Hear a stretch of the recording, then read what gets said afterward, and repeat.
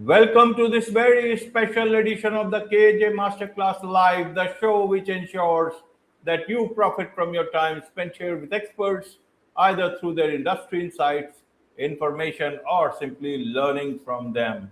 And today we have with us Marta Simeonova. She's a former global HR transformation leader. She has managed teams across 5 continents. We learned from her the unspoken rules of corporate survival that no one teaches managers. So we'll talk about the biggest myths about leadership, how to stay strategic when everything around you is reactive, and why the hardest part of leadership isn't the plan, it's the choosing. Welcome to the show, Marta. Thank you for having me, AJ. I'm very happy to be here. You're welcome. Welcome to the show, Martha. Welcome to India in this online form. And I'm sure not just in India, but a lot of leaders across the globe will benefit from what we are going to talk right now. We'll talk about the unspoken rules of corporate survival. So we'll talk about this and much more. But before that, let's talk a bit about your journey, your background, so that the audience knows who they are listening to. Absolutely. And first of all, I'm very happy to be in India, even in a virtual form. I used to travel a lot to India and I really miss it. About me, I live in Bulgaria. For your global audience, Bulgaria is a small post-communist country in Eastern Europe. When I was growing up, I wanted to be a therapist, help people with their mental health. So I did a BA in psychology, a master's in clinical psychology, and I started working. My first job was with autistic children, and it broke me. I was so invested emotionally that I couldn't handle it. I had big issues with anxiety, so I decided to step away from it for a couple of years, get myself together, and go back. And I moved to HR, but it turned that HR is actually radical, and I have a knack for it. So I stayed. I was given opportunities to build and lead global HR shared services teams in a few companies. It was awesome. It stretched me a lot. I learned so much, but it was also exhausting. And at some point, I realized that the greatest joy that I get is not from the processes I build, the functions I build, the technology I implemented, but from the people I develop. So when a friend mentioned offhand, why don't you become a leadership coach? It kind of clicked because it's closer to my initial dreams of helping people, but it also combines it with my leadership and business experience. So now I'm a leadership coach. I work with managers and leaders to define the impact they want to have as a combination between what the company wants from them, but also what they want from themselves, what their identity is, and who they want to be, and then build systems to help them achieve that impact. So that's me. Carry on, carry on. No, that's me. That's it. Okay, okay, Martha. So I want to understand for the audience, what is it that you want to tell about leadership? What is it that you are trying to say with what you are saying, with what you are doing? What I want to say, and what I want to help leaders understand, is how important it is for them to define, be aware of, and own their identity as leaders. Because corporate world is messy, it's challenging, it's becoming faster and faster. The direction is changing all the time.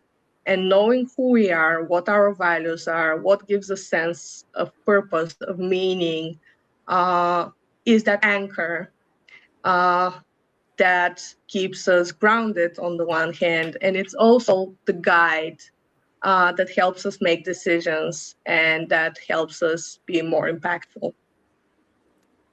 Absolutely, Martha. Absolutely. So, you talk about corporate reality.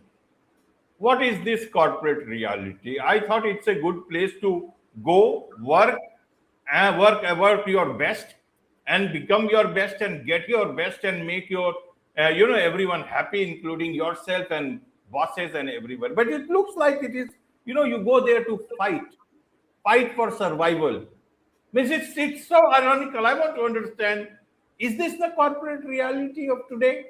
Or this is an exception and not the rule? Help us understand, because if we have to go to offices and fight for survival, when do we work?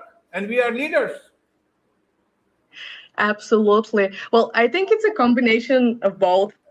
I think that yes, you can go and work and give the best, but you also have to be conscious of the fact that in today's reality, being good at your job is probably not enough. And the higher you go up in the hierarchy, the less it becomes enough. So it's just as important to build relationships, just as important to understand the different zones of influence within the organization, to have relationships with your stakeholders, to build your brand, to work on your influence as it is to actually do a good job. A few years back, a leader told me um, that they gave the job I was aspiring for to somebody else because it's not as important to be a good subject matter expert. It's more important how you navigate the organization. And at that point, I felt really indignant, and I really couldn't understand it. But then I thought about it, and I looked around myself, and uh, and yes, it seems that good work and expertise is really not the only thing that makes us successful. It's how we show up, it's how we present ourselves, and how we build relationships and trust with others as well. Absolutely. Absolutely, Martha. So these managers, leaders, why should they be afraid? I thought they set the rules and lesser mortals follow those rules.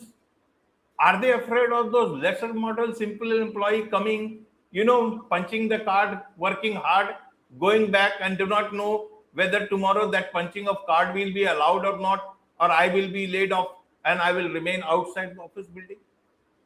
These leaders should be, the problem solvers. Many people say they are the problems. Why should they fear?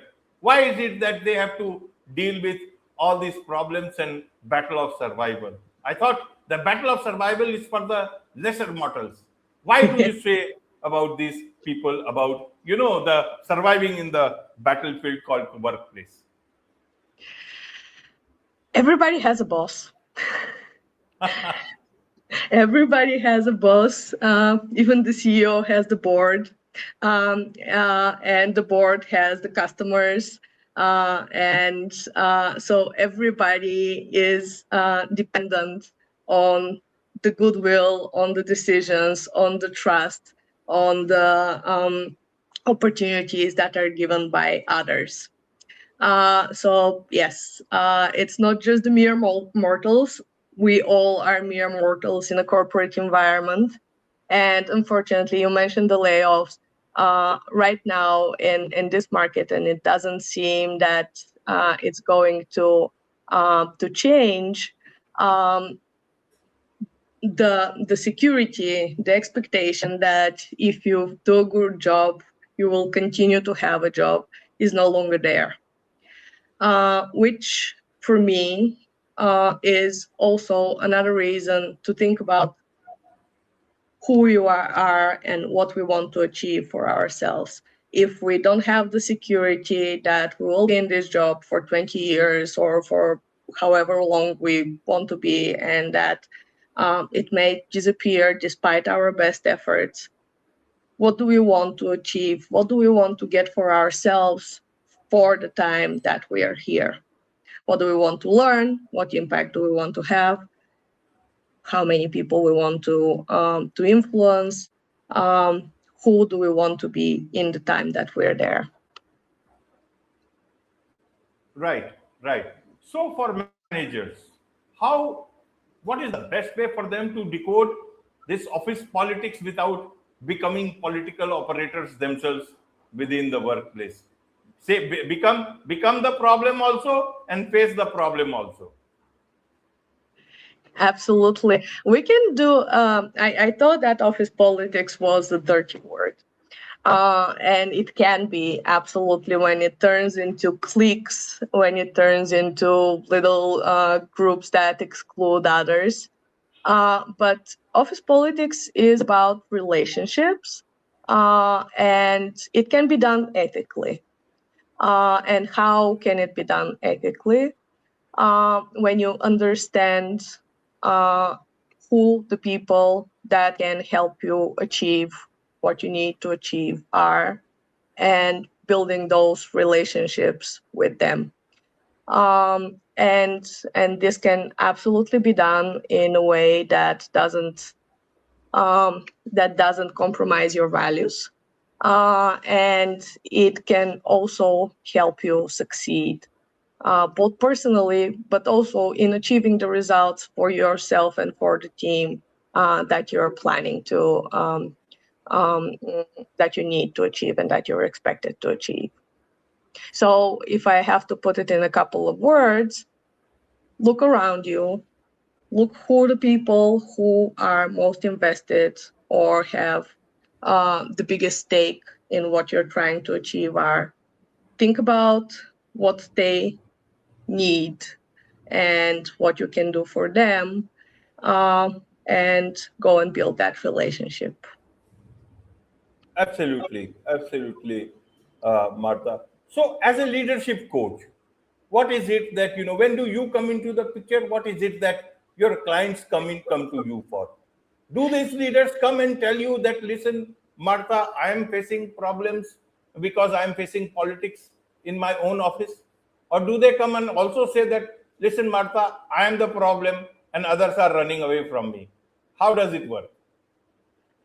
Um, Both ways, but I would say that less often a person comes up and says, "I'm the problem." That requires a level of self awareness that not many of us have. But yes, people come to me and say, "I'm lost, I'm overwhelmed, or I have been trying to achieve this thing, get a promotion, move into the next level, or whatever their goal is for a while now, and I can't seem to be able to. How can you help me?" And that's when we sit down and we identify very clearly what is the thing that they want to achieve, what do they bring to the table, what do they need to shift in order to get closer to their goal, what are the things that prevent them to. Sometimes it could be work politics. A lot of times it's some um, internal beliefs or behaviors that self-sabotage them that we work on. Right, right, Martha. You talk a lot about, put a lot of emphasis on decisions, saying, that the hardest part for leaders isn't the plan, it's the choosing, and that decisions tell you everything about a person or a team. Explain this for our audience so that they understand why do you so much, put emphasis on decisions.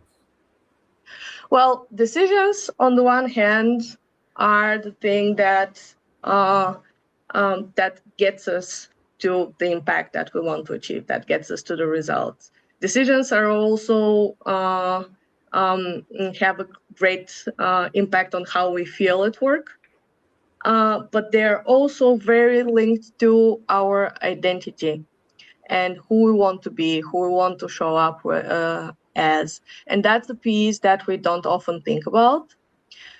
We often look at decisions as something that comes from a combination of the data, the information that we have, and the goal we have to achieve. But there is another part to decisions, and that part is related to who we want to be and our values. Because if we consistently take decisions that contradict our identity, our values, this leads to frustration. This leads to overwhelm. This makes it very difficult for us to sustain it. And you can even look at it at a corporate level. When a company consistently makes decisions that contradict the identity that they have built in the market, their clients will stop trusting them. If we as leaders consistently make decisions that contradict our values, that contradict the identity we have shown to our teams, to our stakeholders, they will stop trusting us, and we will be in a constant internal conflict. So decisions are rather complex. They're not just a matter of this is the data I have, this is where I want to get, and this is what I have to do. They work in a bigger context that than we usually realize. Absolutely, absolutely. There is so much to learn about all this from you, Marta, and I'm sure a lot of people, a lot of leaders across the world would want to connect with you, learn more about how you do, what you do as a leadership coach, be your client. What's the best way for them to do so? LinkedIn is the best place to find me. You can read the content I post there about leadership, but you can also definitely connect with me directly. I'll be happy to that. Wonderful. With this, it's a wrap on this very special edition of the KAJ Masterclass Live.